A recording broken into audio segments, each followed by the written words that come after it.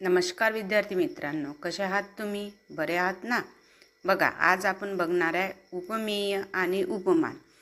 व्याकरणामध्ये सगळ्यात महत्त्वाचा घटक म्हणजे उपमेय आणि उपमान. कोणताही अलंकार बघतो म्हटलं तर आपल्याला त्या अलंकारामध्ये उपमेय आणि उपमान ओळखता आलं पाहिजे, तेव्हाच आपण तो अलंकार चांगल्या प्रकारे लिहू शकतो.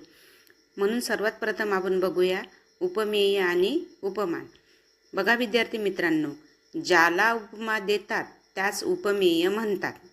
ज्याला उपमा देतात त्यास उपमेय म्हणतात आणि ज्याची उपमा देतात त्यास उपमान म्हणतात.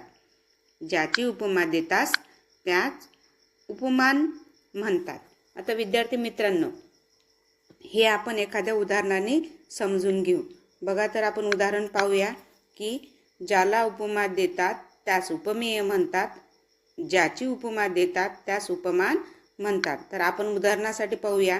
उदाहरण देता बघा, महेश वाघासारखा शूर आहे. महेश वाघासारखा शूर आहे आणि सलील सशासारखा भित्रा आहे.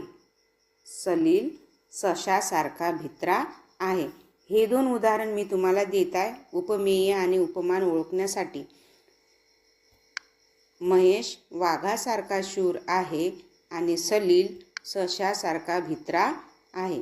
आता वरील वाक्यात महेश आणि वाघ, या वाक्यामध्ये आपण महेश आणि वाघ यांची तुलना केली आहे व साधर्म्य दाखवले आहे.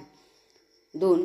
सलील आणि ससा यांची तुलना केली आहे व साधर्म्य दाखवले आहे. म्हणजेच महेशला वाघाची उपमा दिली आहे व सलीलला सश्याची उपमा दिलेली आहे. बघा, वरील उदाहरणामध्ये आपण पाहत आहे की महेशला वाघाची उपमा दिली आणि सलीलला सश्याची उपमा दिली. तर यामध्ये ज्याला उपमा देतात त्यास उपमेय म्हणतात, ज्याची उपमा देतात त्यास उपमान म्हणतात. मग महेश व सलील ही उपमेय आहेत. महेश व सलील हे उपमेय आहे, कारण आपण वरील उदाहरणात पाहिलं की ज्याला उपमा देतात त्यास उपमेय म्हणतात. म्हणजे महेश व सलील हे उपमेय आहे आणि वाघ व ससा हे उपमानेदा आहेत, कारण वाघाला महेश व सलीला वाघ आणि सश्याची उपमा दिलेली आहे. म्हणून वाघ व ससा ही उपमाने आहेत.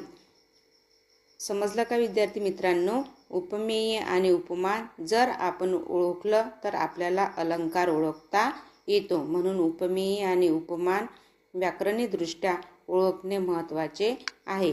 म्हणून तुम्हाला उदाहरणादाखल 2 उदाहरण दिलेले आहे आणि त्या उदाहरणामध्ये तुम्हाला उपमेय आणि उपमान ओळखायचे आहे. महेश वाघासारखा शूर आहे, सलील सशासारखा भित्रा आहे आणि महेश व सलीलला उपमा दिली आहे म्हणून ते उपमेय आहे. आणि कशाची उपमा दिली आहे? ससा आणि वाघ, तर ते उपमाने आहेत. म्हणून या ठिकाणी उपमेय आणि उपमान तुम्हाला चांगल्या प्रकारे ओळखता येईल. अशा प्रकारे विद्यार्थी मित्रांनो, आपण उपमेय आणि उपमाने ओळखली पाहिजे.